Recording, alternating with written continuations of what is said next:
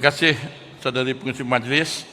Bismillahirrahmanirrahim. Assalamualaikum warahmatullahi taala wabarakatuh.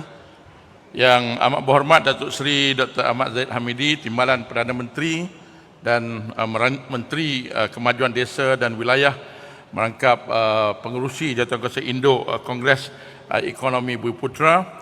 Yang saya hormati yang berhormat Menteri-Menteri, Menteri Pendidikan dan juga semua ahli-ahli yang berhormat yang berada di sini, datuk-datuk, tuan-tuan dan puan-puan sekalian. Saya ucapkan terima kasih atas ruang yang diberikan untuk saya membuat perkongsian. Perkongsian ini adalah hasil daripada sesi libat urus yang tuan-tuan dan puan-puan lihat sebentar tadi. Basically untuk menggerakkan ini sejak Januari hari itu, hampir 9,000 in total lah yang terlibat. 4 sesi libat urus, zon utara, tengah, timur, kami ke Besut, kami ke Jawi, kami ke Ledang, dan lebih kurang 14 kumpulan berfokus.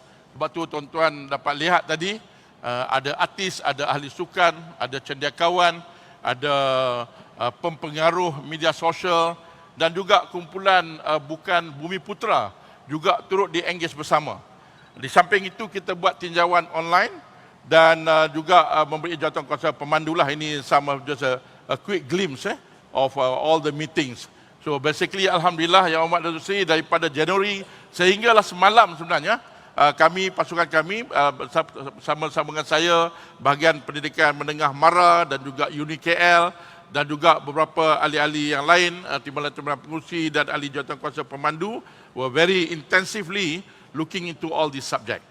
So, Yang Amat Datuk Seri dan juga semua tuan-tuan dan puan-puan sekalian, saya nak bermula dengan mungkin perkara yang a bit outside of pendidikan dahulu.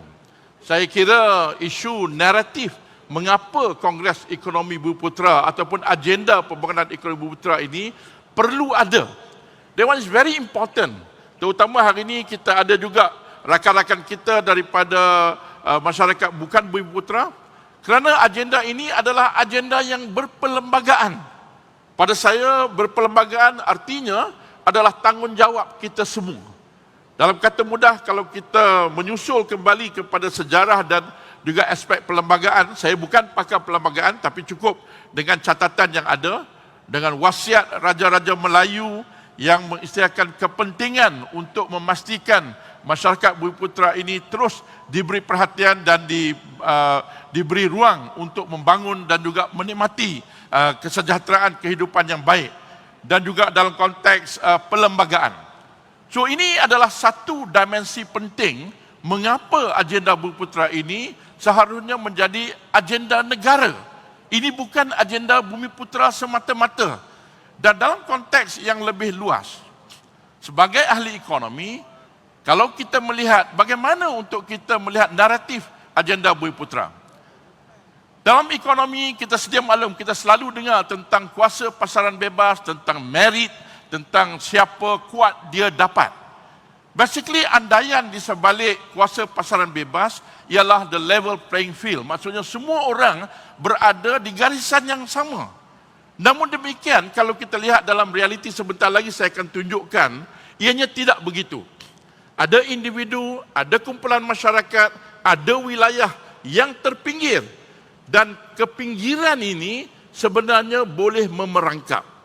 Jadi on that ground, this is what we call kegagalan pasaran ataupun market failures. Ahli ekonomi macam saya dan mungkin ramai yang meneliti perekonomian, memahami bahawa kuasa pasaran bebas is not perfect, tidak sempurna. Dan ini merupakan merits mengapa kita perlu polisi-polisi yang berbentuk afirmatif, khususnya dalam konteks memenuhi keperluan masyarakat tertentu. On this ground, ianya tidak mengira kaum. Bukan hanya Bumiputera, masyarakat India yang miskin, masyarakat Cina yang miskin, di mana saja berada, berarti semua rakyat Malaysia yang berisiko terpinggir dari pembangunan memerlukan polisi-polisi yang sedemikian. Kalau kita lihat dalam sebagai contohlah, kalau kita merupakan syarikat yang baru bermula berbanding dengan syarikat yang dah lama beroperasi, for sure market system akan mengatakan yang lama itu akan dapat. Dalam konteks pelajaran kita selalu lihat grade, contohnya peperiksaan. Kalau seorang anak dapat grade peperiksaan 8A contohnya, berada di kawasan bandar dengan segala kemudahan, kemewahan hidup, sokongan tuition dan juga sekolah yang baik dan sebagainya, kalau dibanding dengan seorang pelajar berada di kawasan pedalaman Sarawak umpamanya, nak pergi ke sekolah pun kena seberang sungai, naik titi gantung, mandi di telaga dan sebagainya, malam tak boleh buat tuition, tak ada air, tak ada elektrik.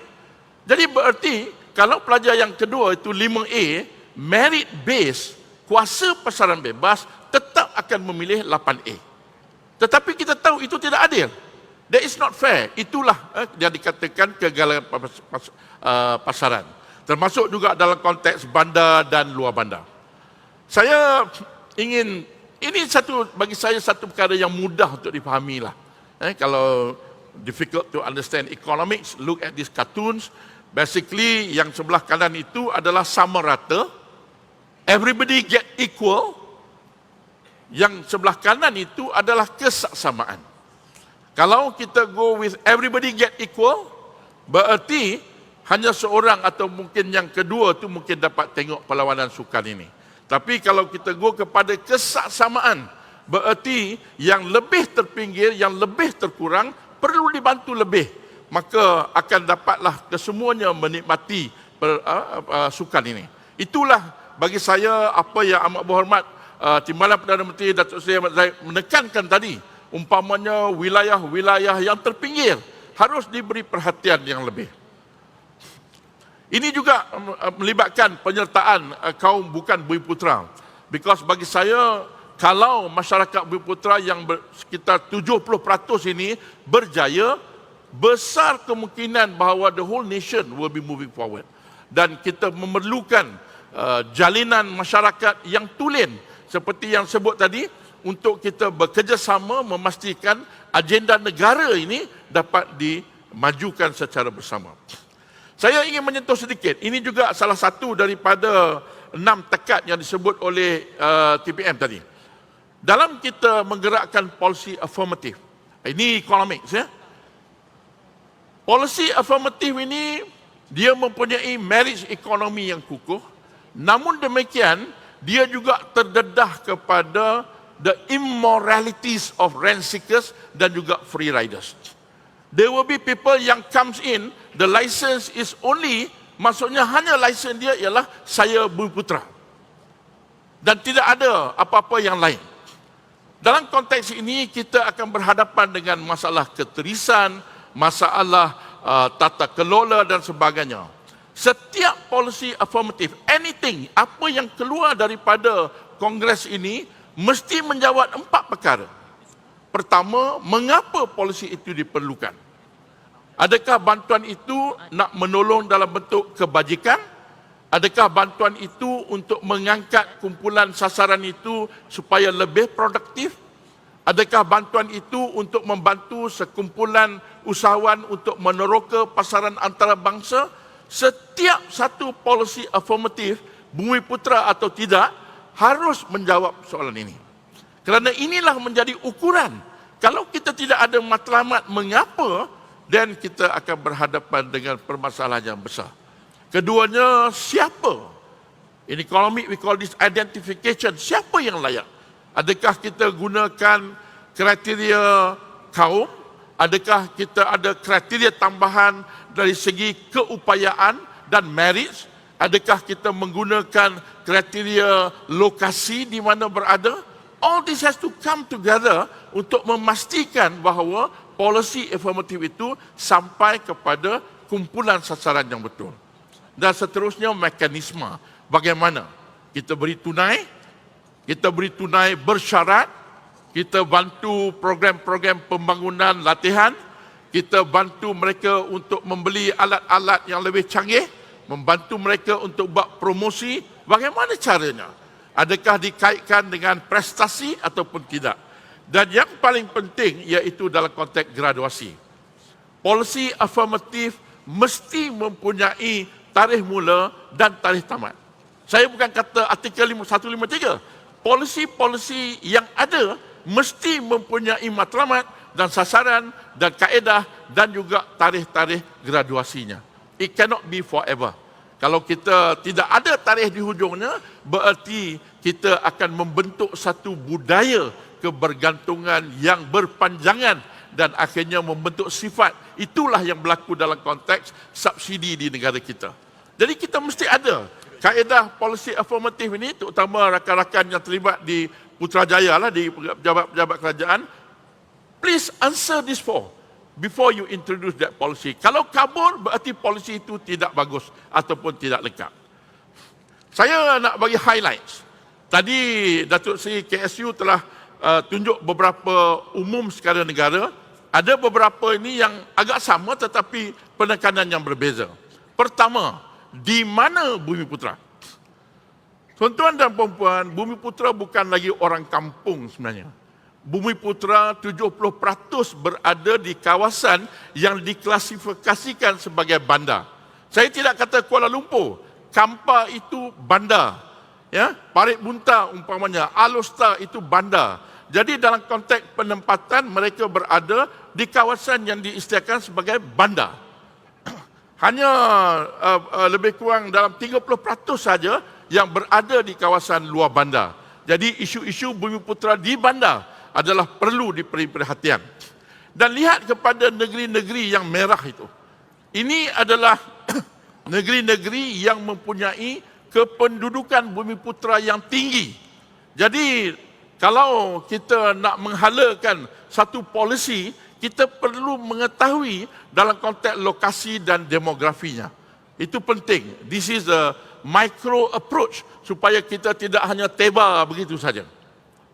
Dalam konteks yang kedua, ini bertepatan. Terima kasih Yang Berhormat Datuk Seri.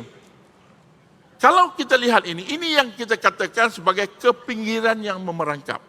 Apa maksudnya? Pertama, negeri-negeri yang kepadatan tinggi Bumiputera mempunyai 3 ciri yang boleh memerangkap mereka. Pertama, iaitu pertumbuhan ekonominya rendah. Kalau kita lihat yang warna hijau itu. Maksudnya tidak kurang pelaburan, kurang perindustrian, output negeri tersebut sangat rendah dan besar kemungkinan peluang-peluang pekerjaan juga tidak begitu banyak. Keduanya ialah pendapatannya rendah. Jadi Bumiputera dikelilingi oleh sifat-sifat ini dan yang akhirnya iaitu kemiskinan yang tinggi. Dalam konteks ekonomi, pertumbuhan rendah, pendapatan rendah, kemiskinan tinggi, most likely sesiapa yang berada di situ akan terperangkap kecuali ada polisi afirmatif. That's why satu daripada tekad yang disebut tadi adalah untuk memberi perhatian kepada wilayah-wilayah yang terkebelakang ataupun berkemungkinan terperangkap dalam konteks kepinggiran. Kemiskinan dan juga pendapatan, ini Datuk KSU tadi tunjuk. Kalau dilihat dalam konteks pendapatan rendah, lihat kepada garisan merah itu adalah taburan Bumiputera.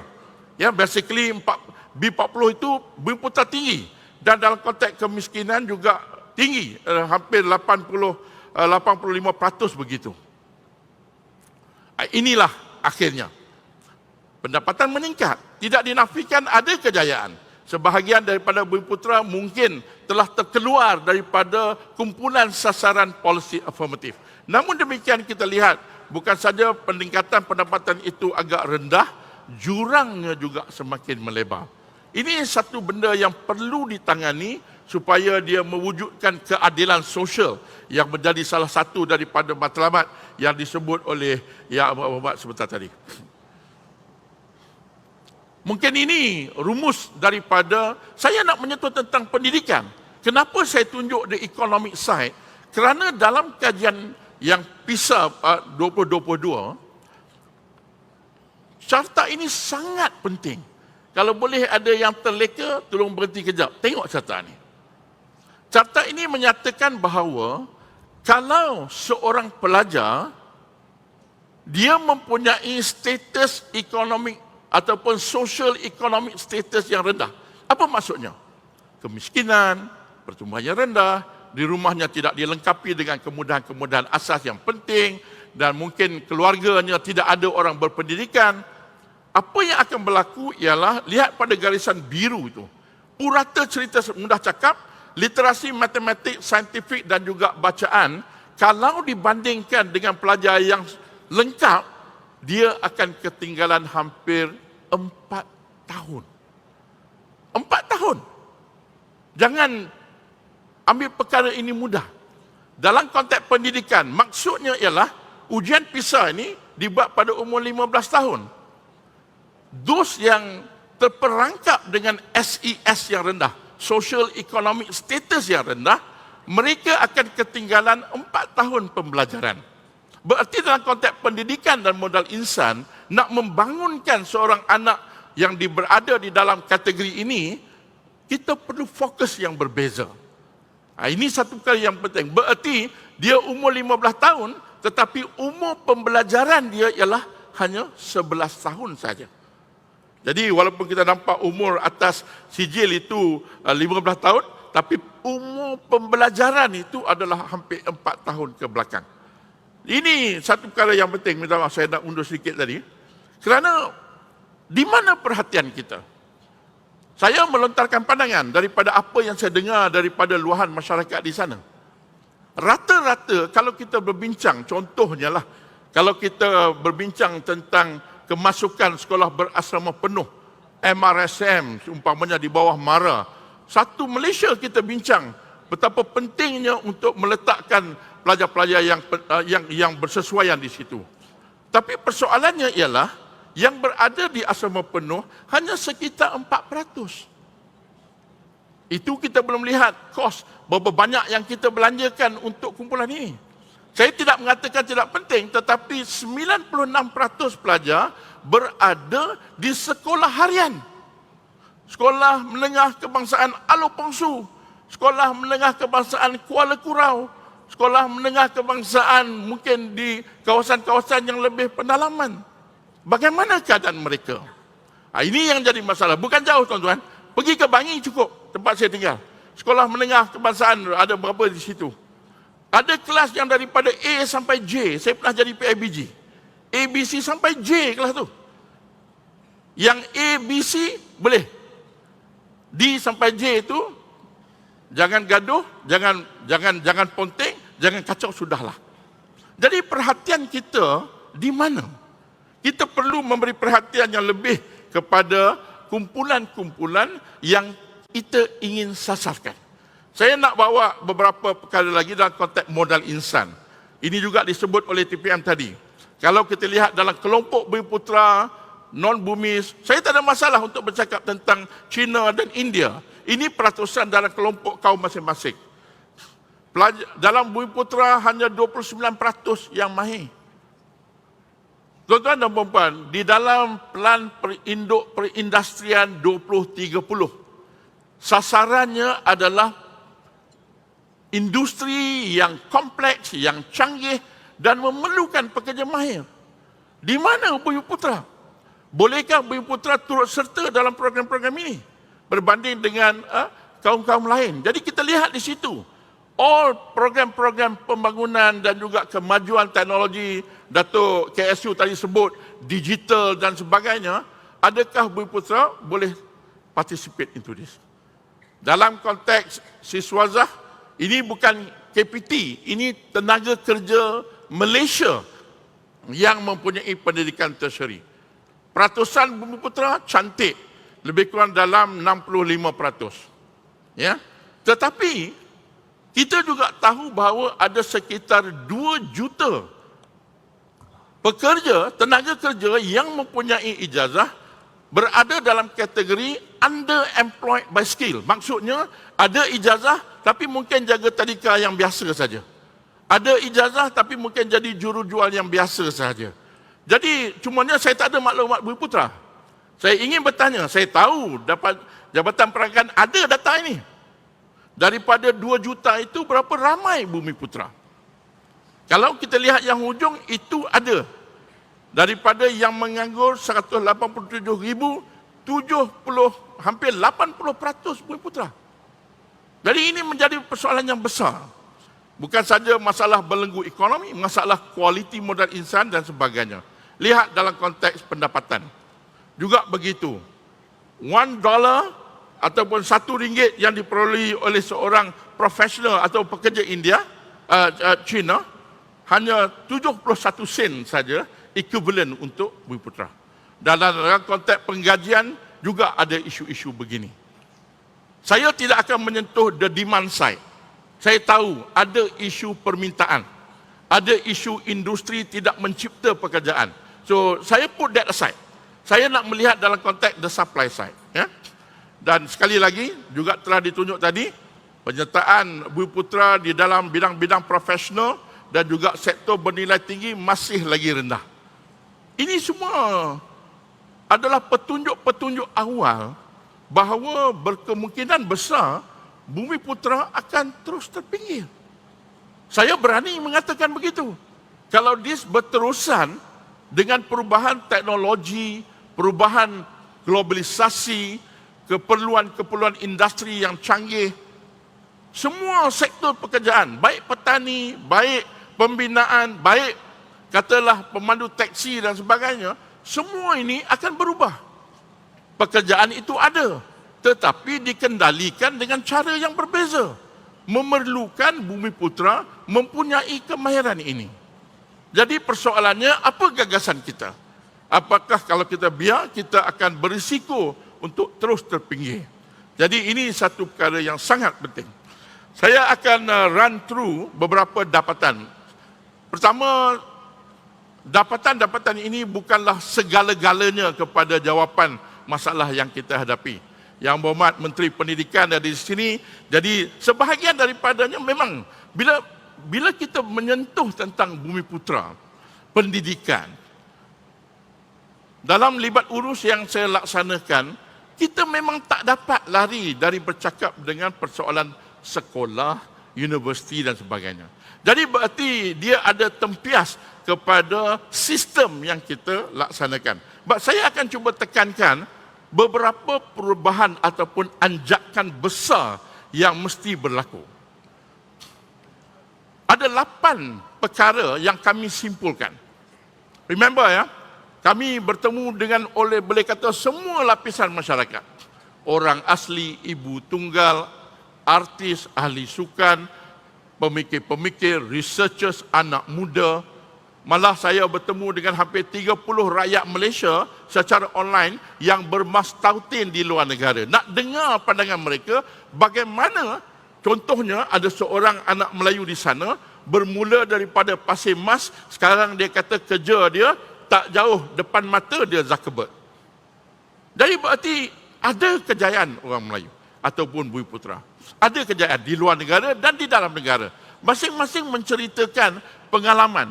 Macam saya belajar di luar negara, tetapi mungkin alhamdulillah lah balik ke Malaysia. Tetapi banyak yang hidup di sana, membesarkan anak di sana, dan mereka juga menceritakan pengalaman di sana. Of course, tidak ada definitive answer, tapi antara perkara yang pertama yang Amat Berhormat Datuk Seri dan juga pemimpin-pemimpin dan semua yang ada di Dewan ini, kami tidak dapat menolak bahawa sikap Bumiputera adalah isu nombor 1. Kita kena menerima ni. Keutamaan pendidikan dan pembangunan kerjaya di kalangan masyarakat Bumiputera tidak setanding seperti dengan beberapa kumpulan yang lain. Bertubi-tubi saya tanya soalan ni. Kami pun cuba nak elak, kalau boleh nak bercakap soal yang mungkin dah bertahun. Tetapi sikap yang penting terhadap pendidikan. Kita dapati bahawa telah ada anjakan ataupun shift, dalam bahasa ekonomi kita panggil bypass. Maksudnya Bumiputera yang keluar daripada sistem pendidikan pergi kepada sekolah kebangsaan Cina dan sekolah antarabangsa. Kita dapati bahawa bila kita bertemu dengan pengendali-pengendali pendidikan IPTS, mereka menyampaikan bahawa mereka dapat merasai bahawa sikap itu berbeza. Penting untuk kita memastikan polisi-polisi afirmatif kita ini dia pro-produktif. Kalau ada sebuah negara dia memberi bantuan yang seperti kita, bantuan tunai, tetapi diikat dengan kehadiran anak ke sekolah. Ada yang memberi bantuan tunai, membantu, tetapi diikat dengan kehadiran dalam program-program seperti di Kolej Komuniti dan Giat Mara, supaya mereka ini menjadi lebih produktif. Jadi penting untuk kita memastikan perkara ini. Dalam konteks pendidikan Islam, saya bukan pakarnya, tetapi penekanan terhadap modal insan dan juga pendidikan perlu dipertingkatkan. Perkara yang kedua ialah pendidikan awal kanak-kanak. Sebahagian besar daripada apa yang jadi kepada seorang manusia sebenarnya ditentukan dalam diri dia sebelum dia mencapai umur 7 tahun. Malaysia masih lagi tidak mewajibkan pendidikan awal kanak-kanak. Ada beberapa negara yang mewajibkan.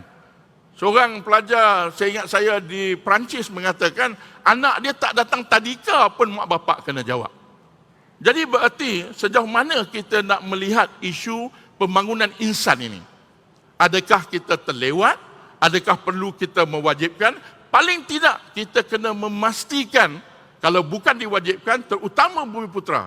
Kerana kami dapati bahawa di kawasan luar bandar, kualiti pendidikan awal kanak-kanak memang jauh berbeza. Jadi kita perlu mencari jalan untuk meningkatkan kualiti, mungkin dengan memberi beberapa grant kepada pengusaha-pengusaha Bumi Putra, pendidikan awal untuk membuka tadika dan juga all the centers di kawasan-kawasan yang mengalami kekurangan. Yang ketiga ialah peranan pihak swasta, badan bukan kerajaan, NGO, komuniti dan sebagainya. Tuan-tuan dan puan-puan, kalau ada pegawai-pegawai kerajaan di sini, I want to say something very loud. The day that government knows all and government do all is over. The day, hari di mana kerajaan tahu semua dan kerajaan buat semua telah tamat.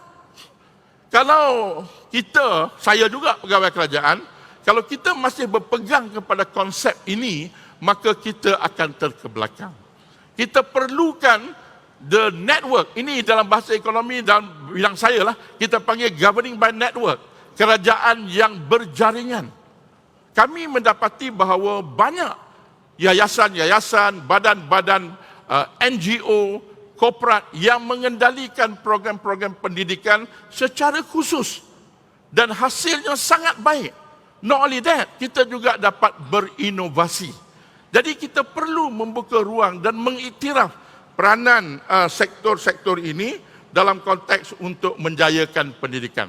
Saya nak ambil contohlah, di kawasan saya tinggal di Bandar Baru Bangi dan mungkin berhampiran dengan Serdang. Tuan-tuan dan puan-puan boleh agak tak?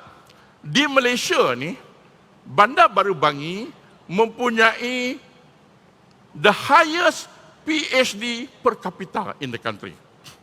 Selang satu rumah, doktor. Selang satu rumah, doktor. Ada 10 universiti di kawasan itu saja. Ada 30 research institute. Selak daun, jumpa genom. Selak daun, jumpa Petronas. Selak pokok ini, jumpa tenaga nuklear. Semua ada di situ. Cuma kita tidak bijak untuk menggembelengkan ini. Ini adalah sebenarnya Malaysia's Boston. Malaysia's Boston. I want to declare that today. Setuju tak? Setuju tak? Setuju. Sebab di situ ramai orang yang berpendidikan tinggi. Boleh atau tidak, Kementerian Pelajaran memberi ruang kepada masyarakat terpelajar di Bandar Baru Bangi untuk mengendalikan sekolah mereka sendiri. Mahu cuba? Kita harus cuba. Di kawasan-kawasan yang bersedia, of course, ada governance, tata kelolanya, ada sempadan-sempadannya, tetapi kita mesti menjadi, dalam konteks modal insan, kita mesti mencari cara-cara baharu. Dalam Kongres Ekonomi Bumi Putra ini, kalau tuan-tuan tengok website dalam dekat KEB punya website, apa objektif yang pertama? Mencari pendekatan baharu. Jadi kita perlu menggerakkan this konsep governing by network, memberi ruang kepada masyarakat untuk terlibat lebih daripada sekadar PIBG. Jadi ini satu perkara yang harus dipikirkan. Dalam konteks pendidikan Islam, terutama dalam konteks Bumiputera, kecenderungan ibu bapa untuk menghantar ataupun mendapatkan anak-anak mereka dalam konteks pendidikan Islam begitu tinggi. Bila kami bertemu dengan agamawan, bila kami bertemu dengan majlis-majlis agama, kami bertemu dengan lembaga zakat dan sebagainya, satu yang timbul ialah keseragaman, standard, kualiti, termasuk juga madrasah-madrasah tahfiz dan sebagainya, perlu diberi perhatian. Saya kira dalam konteks Bumiputera, kita tidak boleh lari daripada perkara ini. Sayangnya kita pada pendidikan dan sebagainya, induknya tetap agama. Induknya tetap Islam. Jadi kita perlu pastikan sistem pendidikan Islam ini bukan saja menyampaikan dalam konteks the narrative of Islamic, tetapi juga dalam konteks kejayaan dunia dan akhirat menjadi orang yang berjaya. Kita perlu memastikan pendaftarannya dapat dibuat dengan teratur. Pembangunan bakat.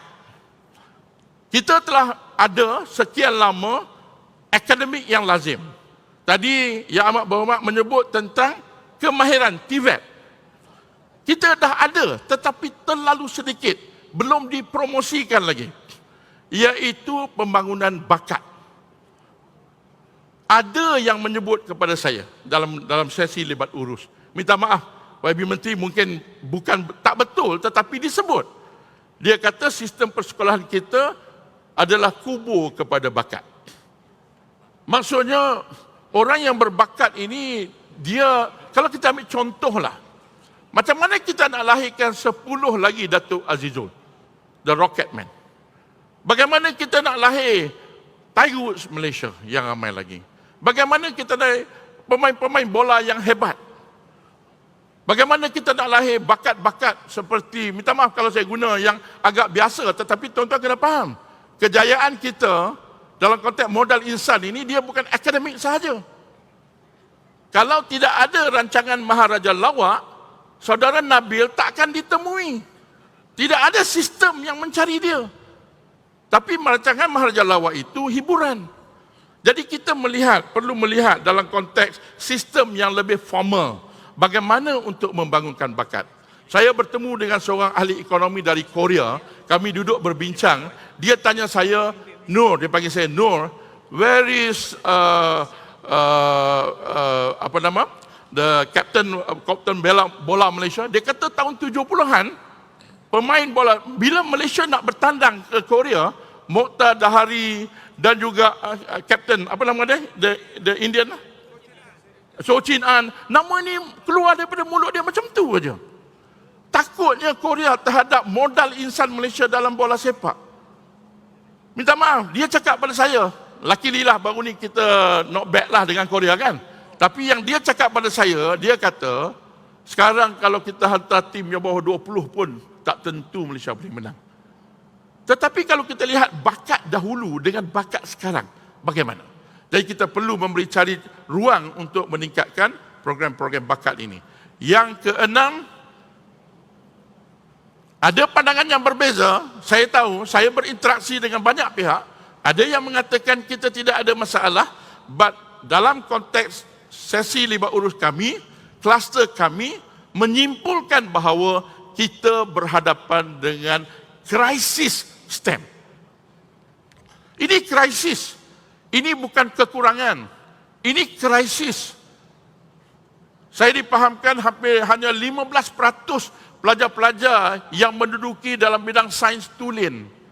Tuan-tuan, bila kita bercakap tentang Fourth Industrial Revolution, kita bercakap tentang all the innovation, creativity, semua yang canggih-canggih, tenaga terbaru dan sebagainya, semuanya memerlukan kekuatan sains dan teknologi.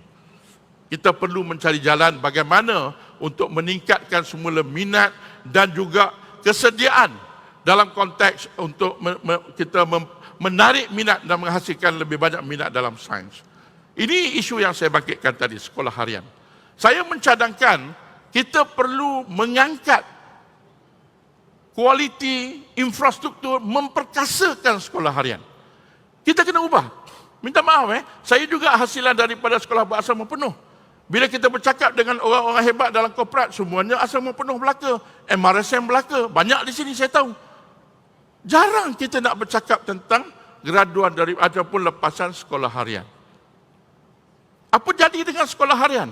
96% daripada pelajar sekolah menengah berada di sekolah harian.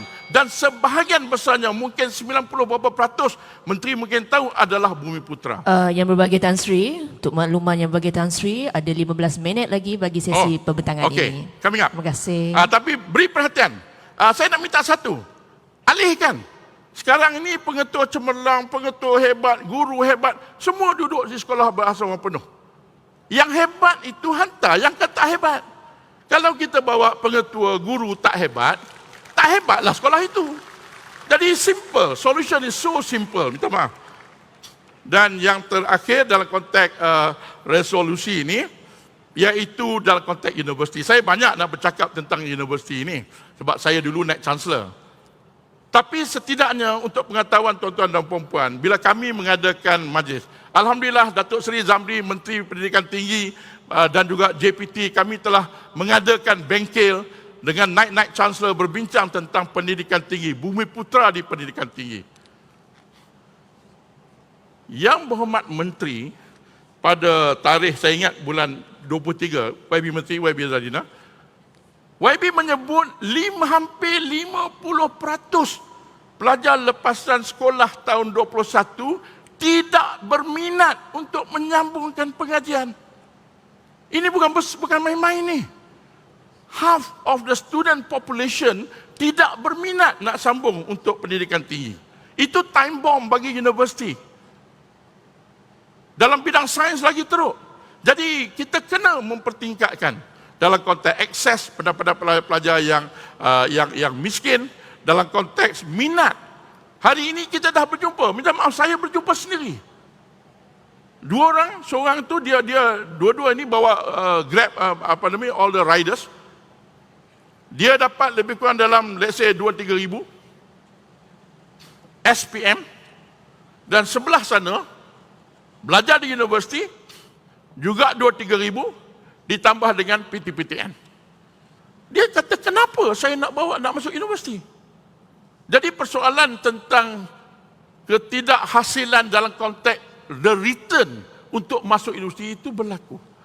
Saya bertemu dengan ibu bapa di Langkawi, bukan semualah. Saya bertemu dengan pengetua-pengetua di Langkawi. Mengatakan bahawa masalah keciciran meningkat. Saya tanya kenapa? Dia kata kalau bawa bot nak pergi tengok eagle helang tu mungkin dapat sehari RM80.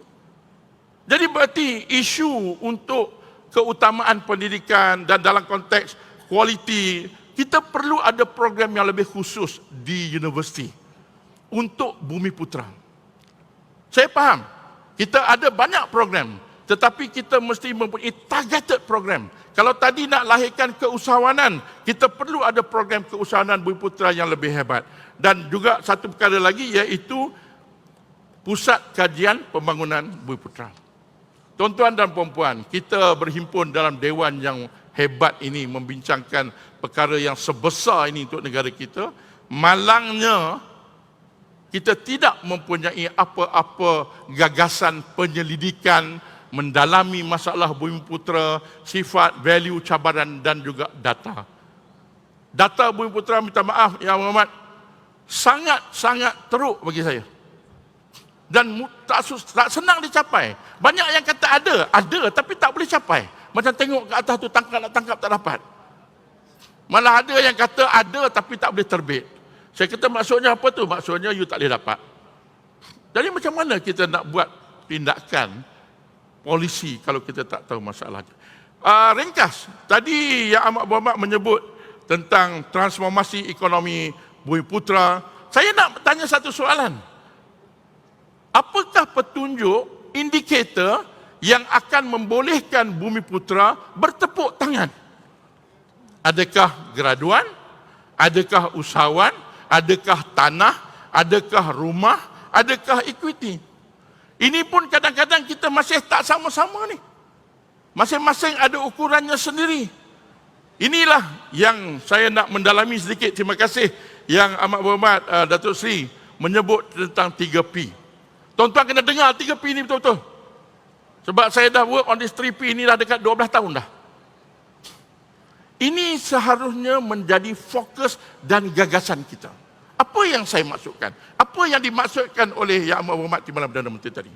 Kita telah berjaya secara umumnya menghasilkan bilangan masyarakat Bumiputera yang berilmu dan berkemahiran. Ada cabaran lagi. Of course kita push for Tibet supaya mereka ada kemahiran dan sebagainya, dan of course isu quality menjadi perkara yang penting hari ini.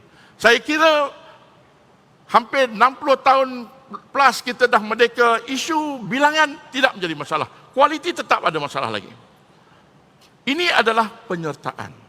Tidak ada ilmu, tidak ada kemahiran, tidak ada bakat, lupakanlah segala-galanya.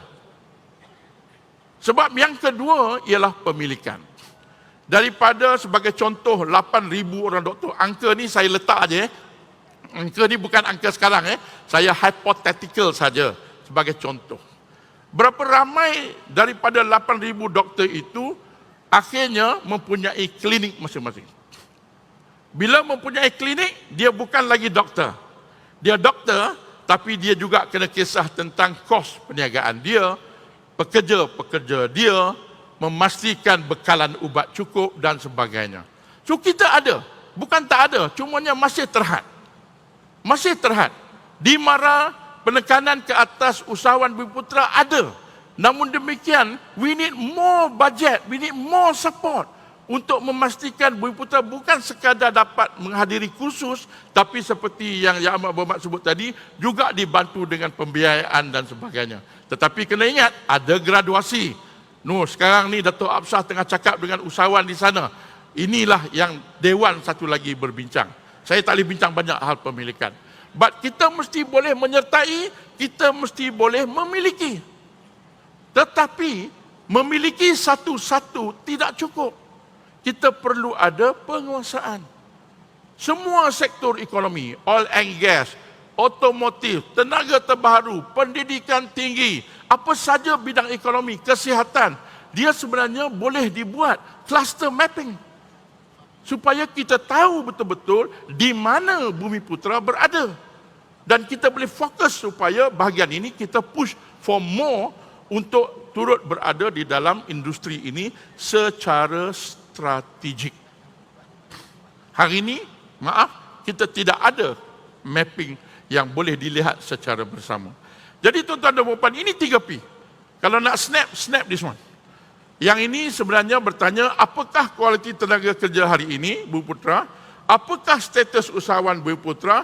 Dan juga sektor manakah yang harus diberi tumpuan oleh Bumiputera? Kalau kita dapat menjayakan gagasan ataupun misi 3P ini, saya yakin kita mempunyai peluang untuk akhirnya berada setanding dengan masyarakat yang lain. Ketiga-tiganya penting. Ketiga-tiganya memerlukan keserentakan untuk memastikan gagasan Bumiputera berjaya. Yang akhir sekali, daripada kongres ini suara hati saya. Pertama, saya memohon sangat agar apa yang hari ini dinamakan sebagai Majlis Ekonomi Bumiputera, saya tak tahu nak guna bahasa apa. Ada rakan-rakan yang kata diaktakan. Ada yang kata maksudnya jangan berubah-ubah. Kita dah ada banyak nama ni. Majlis Tindakan Agenda Bumiputera, Majlis Kemakmuran Bumiputera, now Majlis Ekonomi Bumiputera. Tak apa. PM Chair, but we want to make sure that majlis ini kekal, berkala dan mempunyai laporannya yang tersendiri. Mesti ada. Kalau tidak, dia jadi bermusim untuk menjayakan. Bukanlah kata TPM tiap-tiap hari cakap Bumiputera, tetapi yang tiap-tiap hari adalah sekretariat tetap Pemekasan Bumiputera. Minta maaf, hari ini tidak ada. Kita ada banyak agensi yang disebut tadi, macam-macam agensi, tetapi tidak ada kebersamaan. There's no one given that mandate. Sebab itu saya selaku ahli Majlis MARA, saya juga merupakan pelajar di zaman tahun 80-an yang ditaja oleh MARA. Terima kasih MARA. Kalau tidak, saya tak sampai ke sini. Bahawa MARA ini, tuan-tuan dan puan-puan, Dia mempunyai jaringan yang sangat hebat. Seluruh Malaysia, semua daerah ada pejabat MARA. Sistem pendidikan MARA daripada sebawah-bawahnya sampai 2 universiti ada. Tuan-tuan tahu tentang Kolej Kemahiran Tinggi MARA? Tuan-tuan pernah lihat Kolej Kemahiran Tinggi MARA? Tuan-tuan percaya atau tidak? Anak-anak Melayu di Miat, di Subang, di bawah Kolej Kemahiran Tinggi MARA itu, dia boleh buka helikopter, servis, masuk helikopter dalam kotak, hantar ke San Francisco, pasang helikopter di sana, dan Mak Saleh di San Francisco berani terbang helikopter yang diservis oleh anak Melayu. Tuan-tuan, kena tahu lebih tentang MARA. Di Ledang umpamanya, kita ada Kolej Kemahiran Tinggi Biometrik. Ini yang tengok mission X-ray dan sebagainya. Banyak lagi lah, kita ada AI, Kemahiran Perguruan Tinggi di Petaling Jaya. Dan saya merasakan dalam konteks 3P, MARA ada pendidikan, MARA ada keusahawanan, dan MARA juga telah mula, maksudnya mungkin belum menyerlah hebat dalam konteks MARA Corp dan sebagainya, juga melihat kepada korporat. Apa ada pada MARA? Ada 3P, ada penyertaan, ada pemilikan, dan ada penguasaan. Sepatutnya MARA diangkat menjadi macam khazanah. Itulah khazanah Bumiputera. Kita ada beribu pelajar-pelajar yang ditaja. MARA ada program World Top University. Kalau kita dapat 200 orang sahaja dihantar ke Harvard, dihantar ke MIT, Cambridge, Oxford, ANU dan Tokyo University dan sebagainya, ini pun dah cukup untuk mengisi MARA. Bayangkan agenda Bumiputera digerakkan oleh sekretariat yang sedemikian. Sebab itu saya menyokong pandangan ataupun cadangan Yang Amat Berhormat Perdana Menteri untuk menjadikan MARA sebagai sekretariat tetap. Ada pelaporan, memantau keputusan yang dibuat di sini mesti dilaksanakan. Dan kita perlu ada satu pelan induk yang bersama. Yang ada sekarang adalah pelan induk agensi. Yang tak ada adalah pelan induk yang bersama, yang dipegang oleh semua, dipegang oleh majlis dan juga dipegang oleh sekretariat. Dan yang akhir sekali, it's not academic ya. Dalam kita nak menyelesaikan masalah awam, I am a student of government. I work on public policy. I study public policy. Kalau tidak ada evidence base, kalau tidak ada penyelidikan, tidak ada penelitian yang mendalam, forget about good policy. Kita amat memerlukan satu pusat kajian pembangunan Bumiputera yang menumpu kepada penyelidikan, penelitian dan memastikan data-data utama dalam aspek ekonomi itu berada secara strategik. Dan saya juga ingin mencadangkan satu adanya pusat kajian dan pembangunan Bumiputera yang kami telah bincang di Kementerian Pendidikan Tinggi, mungkin UKM dan juga UiTM dapat memulakannya dan akhirnya membentuk jaringan. Universiti Malaysia Kelantan, you should know keusahawanan Bumiputera. Detail, bukan kecil-kecil, sektor mana Bumiputera ada usahawan, apa kekuatan, apa keperluan, bagaimana nak membangunkan Bumiputera dalam bidang teknologi ataupun dalam bidang tenaga terbaruan. Kita bercakap NETR, NIMP sana sini, Bumiputera apa jadi? Tuan-tuan dan puan-puan, things are changing very fast. Perlu kita memastikan bahawa semua yang kita dapat daripada perbincangan di Kongres ini dapat, of course pastinya ini adalah cadangan. Saya harap selepas ini pada pandangan saya memohon Yang Amat Berhormat Timbalan Perdana Menteri, Datuk Seri, semua kementerian bertanggungjawab untuk memastikan apa yang diputuskan dilaksanakan. Sekretariat tanya kementerian. Maaf saya nak sebut ni, dah 2 kali perkeliling dikeluarkan. Tahun 2013 saya one of the speaker pemekasan Bumiputera di UiTM. Dan tahun 2022 arahan Ketua Setiausaha Negara untuk menubuh, untuk setiap kementerian menubuhkan unit pemekasan Bumiputera. Maaf, tak berlaku. Datuk Seri kena buat panggilan ketiga. Panggilan ketiga kalau tak jadi Datuk Seri, bermasalah lah kita. Because kita kena tahu di mana Bumiputera dalam logistik, Kementerian Pengangkutan. Kita kena tahu di mana Bumiputera dalam pertanian, Kementerian Pertanian. Bagaimana Bumiputera dalam peruncitan, Kementerian Perdagangan Dalam Negeri. di mana Bumi Putera untuk menyahut kemajuan sains dan teknologi, mesti semua kementerian mesti ada satu perancangan yang khusus memastikan Bumi Putera will be with your sectors till the end of your plan. So itu saja pembentahan daripada saya. Minta maaf saya tak dapat nak attend Slido dan sebagainya, because ini masa emas bagi saya ni. Jadi saya kena bercakap dengan hati yang terbuka. Moga Allah SWT memberkati usaha ini, dan saya menyanjung tinggi Yang Amat Berhormat Perdana Menteri mengajak kita berkongres. Saya ada banyak rakan-rakan non-Bumis yang berada di sana. Thank you very much for coming. You are with us, we are with you. So let us do this together. Thank you very much. Terima kasih. Mohon maaf kalau ada salah dan silap. Itu kesilapan daripada saya. Assalamualaikum warahmatullahi taala wabarakatuh.